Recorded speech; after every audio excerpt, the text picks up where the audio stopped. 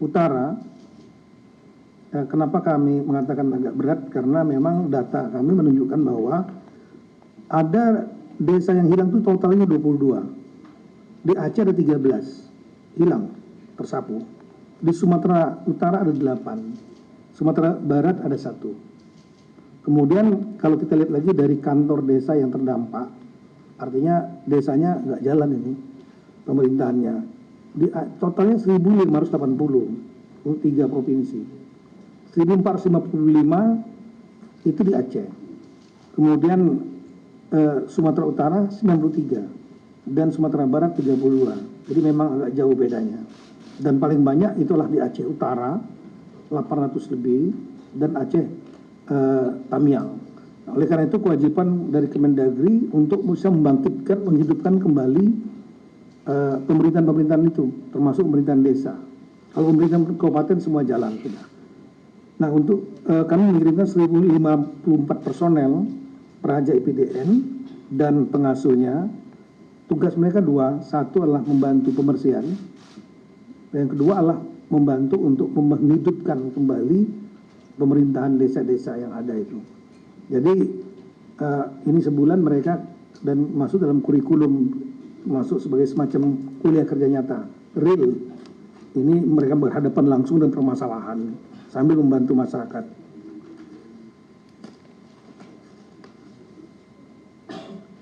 Yang terakhir kami ingin sampaikan mengenai bantuan keuangan dari daerah-daerah. Ini kami terima kasih kepada Asosiasi Pemerintah Kota APEKSI seluruh Indonesia sudah mendukung sebanyak 5,7 miliar dan Asosiasi Pemerintah Kabupaten seluruh Indonesia sebanyak 5 miliar. Jadi total yang sudah disampaikan antar daerah sebanyak 59,5 miliar. Kami tahu juga ada juga yang membantu dalam bentuk bukan uang tapi dalam bentuk barang. Itu kami ucapkan terima kasih kepada rekan-rekan kepala daerah yang telah membantu daerah tersebut. Dan terakhir, kami juga sudah mengirimkan surat edaran kepada kepala-kepala daerah tempat-tempat yang terdampak 3 provinsi, 52 kabupaten kota, karena situasinya sudah berubah akibat bencana. Ada yang desa yang hilang, ada yang jalan yang rusak, jembatan rusak. Untuk itu APBD yang dibuat sebelum bencana itu sudah tidak relevan. Kami memberikan surat edaran sebagai payung hukum untuk rekan-rekan kepala daerah tersebut 52 plus 3 provinsi dan juga ketua DPR, pimpinan DPR masing-masing untuk melakukan APBD perubahan menyesuaikan dengan kondisi yang baru. Demikian, terima kasih. Assalamualaikum warahmatullahi wabarakatuh. Waalaikumsalam. Terima kasih Bapak Mendagri yang kami hormati. Tentunya mohon disampaikan juga terima kasih kepada seluruh jajaran Kemendagri, dan atas petunjuk Bapak Presiden tadi juga sudah disampaikan bahwa berkenaan dengan masalah pengurusan kembali seluruh dokumen-dokumen yang dimiliki oleh masyarakat memang diminta untuk tidak dipungut biaya, tetapi juga kami mohon diberikan catatan Pak Mendagri untuk dilakukan monitoring dan pengawasan supaya di dalam pelaksanaannya tidak ada oknum-oknum yang di lapangan nanti memanfaatkan situasi. Kemudian juga tadi sangat luar biasa Bapak Mendagri ingin mengirim adik-adik peraja IPDN, ini sekaligus menunjukkan bahwa ini menjadi kepedulian kita bersama-sama dan tentunya pembelajaran bagi adik-adik untuk mengabdikan diri di masyarakat. Mungkin sebelum masuk sesi pertanyaan, saya izin menambahkan beberapa hal bahwa selain bencana di hidrometeorologi di Aceh, Sumatera Utara maupun Sumatera Barat, kami juga pemerintah terus memonitor terjadinya bencana-bencana di tempat yang lain. Beberapa hari yang lalu juga ada bencana di Kalimantan Selatan yang juga cukup besar, ada beberapa desa yang terdampak. Kami sudah minta kepada BNPB untuk juga melakukan monitoring dan tentu saja kalau memerlukan penanganan-penanganan darurat, penanganan khusus untuk juga ditangani secepat-cepatnya. Kemudian juga kita memonitor adanya kejadian kecelakaan di Labuan Bajo yang kami juga minta kepada seluruh jajaran TNI, Polri, Kemenhub ya, untuk bekerja keras secepat mungkin melakukan penanganan karena menurut informasi terakhir korban masih belum ditemukan.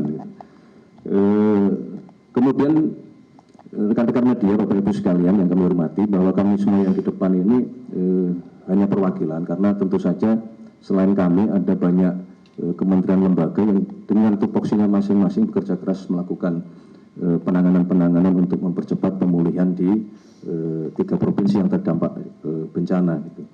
Tadi beberapa sudah disebutkan, misalnya Kementerian Perdagangan, kemudian Kementerian Pertanian juga memastikan stok bahan pangan tercukupi, kemudian mengambil langkah-langkah ketika panen para petani tidak bisa terserap untuk itu dibeli oleh pemerintah, termasuk Kementerian juga bekerja keras melakukan pembersihan kayu-kayu yang hanyut di bawah banjir, sekaligus juga melakukan monitoring dan evaluasi kepada kurang lebih hampir 24 izin pengusahaan hutan di 3 provinsi, baik HTI maupun HPH.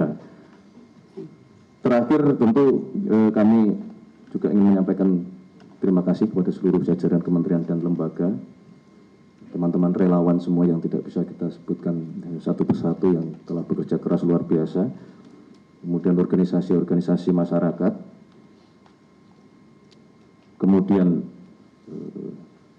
tentu saja teman-teman pers dan media, baik yang meliput di Jakarta maupun yang melakukan liputan langsung di lapangan. Beberapa kali kami memonitor bahwa teman-teman juga hadir langsung di daerah-daerah yang paling sulit juga untuk memberikan informasi dan memberitahukan kepada kami semua. Itulah fungsi pers dan media, bahwa memberikan informasi supaya kita mendapatkan data yang akurat, supaya kita bisa tangani dengan secepat-cepatnya. Terakhir juga tentunya kita terus meminta kepada BMKG untuk terus memonitor kondisi iklim dan cuaca, karena bagaimanapun ini menjelang tahun pergantian tahun, biasanya ini curah hujan meningkat di bulan Desember maupun Januari, dan kami minta untuk melakukan upaya mitigasi, berkoordinasi terus-menerus dengan Kementerian Dalam Negeri, supaya daerah-daerah yang memang rawan bencana untuk bisa segera melakukan langkah-langkah antisipatif. Mungkin itu yang dapat kami sampaikan. Kami buka sesi pertanyaan, barangkali kalau ada, atau Pak Siskap ada yang mau disampaikan, pertanyaan dulu ya. Kami persilakan teman-teman media. Tidak ada yang bertanya? Oke, satu. Cukup ya, satu aja. Dua, boleh. Singkat, padat.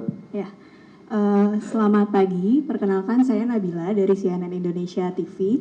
Izin Pak mau bertanya kepada Pak Pratikno. Tadi Bapak menyebutkan soal sekolah darurat dilaksanakan di tenda darurat. Ini kan juga mungkin akan menjadi perhatian juga ya Pak jelang tahun ajaran baru. Nah, kalau boleh dijabarkan Pak nanti mekanisme sekolah di tenda-tenda darurat itu akan seperti apa? Dan kira-kira akan berlangsung dalam berapa waktu ya Pak? Karena kan pasti selain di tenda darurat tentu juga pemerintah mengejar agar proses belajar mengajar ini bisa dilakukan dengan lebih layak begitu kepada anak-anak. Dan mungkin terkait dengan seragam, pengajar dan lainnya kalau bisa dijabarkan, mohon dijabarkan Pak. Terima kasih. Monggo Pak Menko PMK, Prof. Pratik. Kami persilakan. Oh, sebentar. Langsung aja ya, satu lagi. Sini Mas. Loh, ini masih baju batik.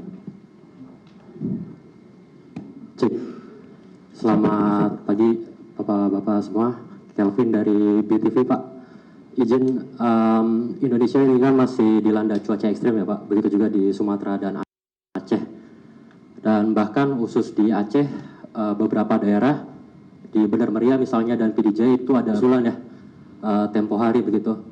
Pertanyaannya, bagaimana langkah-langkah mitigasi yang dilakukan oleh pemerintah agar dampak dari banjir susulan ini dapat ditekan gitu, tidak begitu meluas dan bisa meminimalisir lah dampak-dampaknya begitu, sehingga tidak memperlambat proses rekonstruksi yang sampai saat ini juga masih didorong begitu. Kemudian untuk Pak Kasat, Pak tadi disampaikan ya Pak, ada sejumlah jembatan beli yang akan didatangkan dari luar ya Pak. Itu mungkin didatangkan dari mana Pak? Terus tadi kan juga difokuskan akan ada di daerah di luar Sumatera dan Aceh ya Pak, yang dimungkinkan untuk disebar. Tapi khususnya di Sumatera dan Aceh nanti berapa Pak total yang akan dipasang begitu? Demikian Pak, terima kasih. Baik, terima kasih. Satu lagi terakhir. Mungkin bisa dijawab Panglima atau Kasat. Pak, kemarin kan ramai pengibaran bendera GAM tuh Pak, di tengah-tengah bencana itu, boleh dijelaskan tuh Pak gimana? Makasih.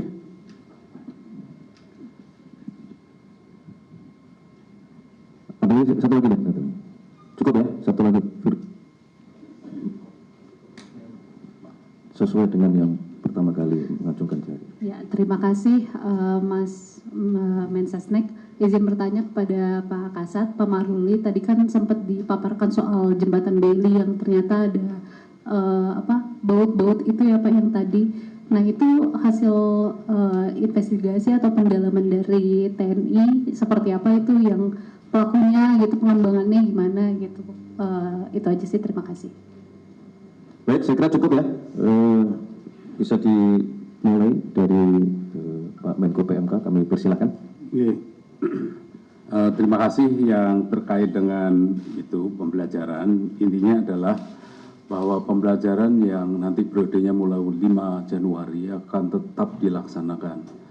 Tetapi memang pelaksanaannya berbeda antar daerah sesuai dengan dampaknya. Di Aceh, sekolah yang terdampak itu jumlahnya 2.303.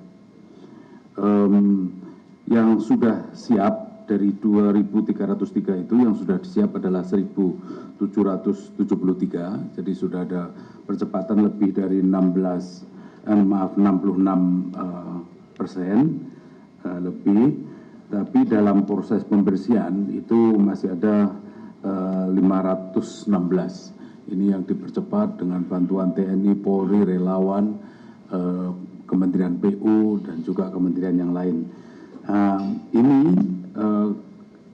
memang ada sekolah yang benar-benar rusak berat di Aceh itu, yang tidak mungkin bisa siap untuk pembelajaran tanggal 14 Januari.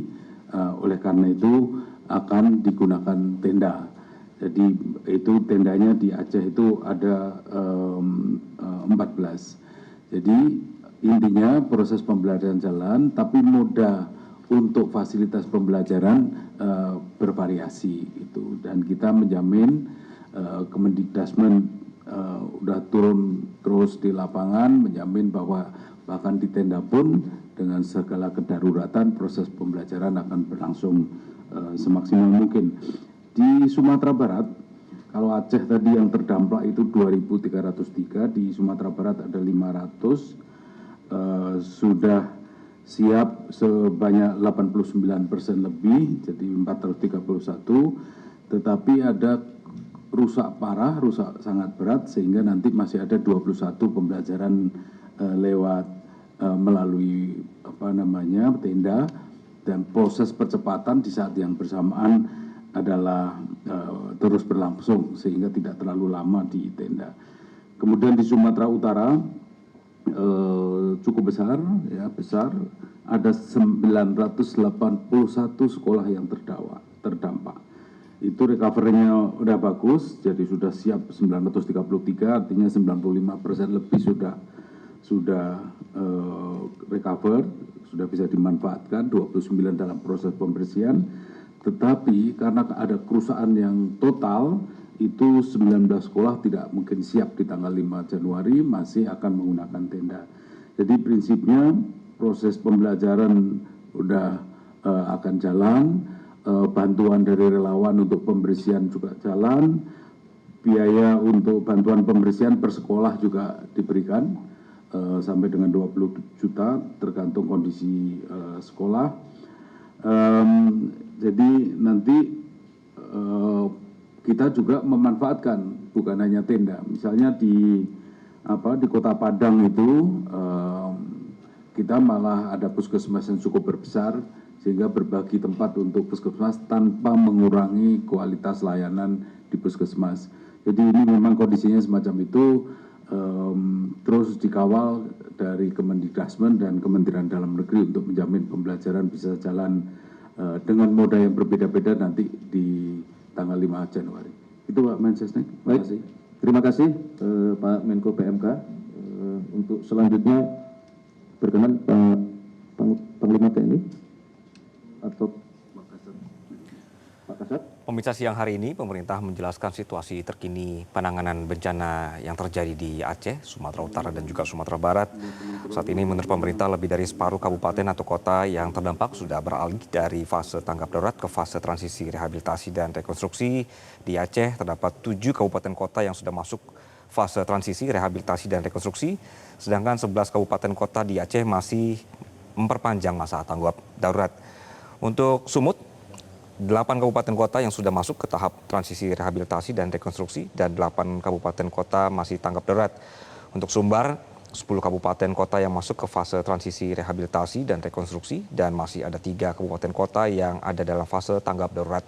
Tadi pemerintah juga sudah menjelaskan rencana ke depannya berkenaan dengan isu listrik, air, dan jaringan komunikasi yang terus diperbaiki di wilayah-wilayah terdampak, serta bagaimana penanganan pendidikan bagi anak-anak yang berada di wilayah terdampak.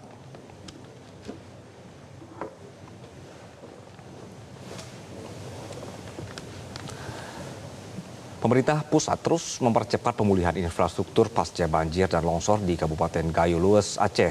Untuk membuka akses jalan yang masih terputus, Kementerian Pekerjaan Umum menyiapkan tambahan 6 unit alat berat yang akan diturunkan ke sejumlah titik kritis. Direktur Jenderal Bina Marga, Roy Rizali Anwar menyebut, hasil peninjauan di sejumlah ruas jalan nasional menunjukkan kondisi akses mulai membaik. Sebagian besar jalur sudah bisa dilalui kendaraan roda 4 termasuk untuk distribusi bahan bakar minyak ke wilayah terdampak. Namun pemirsa, masih ada sejumlah akses jalan yang terbatas dan baru bisa dilalui oleh sepeda motor saja. Pemerintah menargetkan pembukaan akses secara penuh dalam beberapa hari ke depan atau paling lambat di awal Januari. Untuk mempercepat pekerjaan, pemerintah pusat menginstruksikan penambahan 6 unit alat berat berupa ekskavator dan loader. Alat berat ini akan difokuskan di ruas Tripe Jaya menuju Blangkejeren serta Takengon ke arah ICC. Pemerintah pusat juga menegaskan penanganan infrastruktur tidak lagi melihat batas kewenangan. Seluruh jalan baik nasional, provinsi maupun kabupaten akan ditangani agar minimal bisa difungsikan.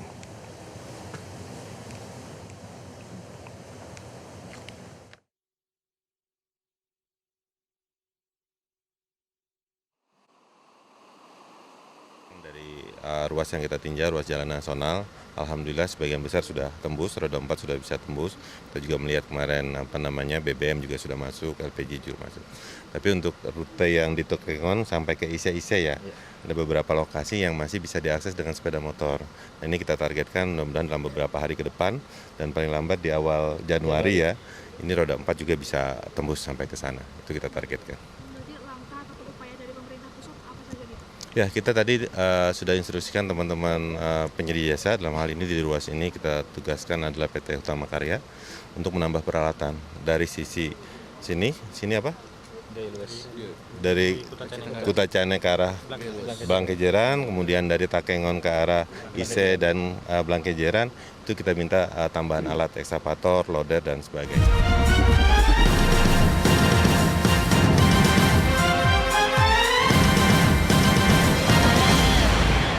Jelajahi cara baru mendapatkan informasi. Download Metro TV Extend sekarang.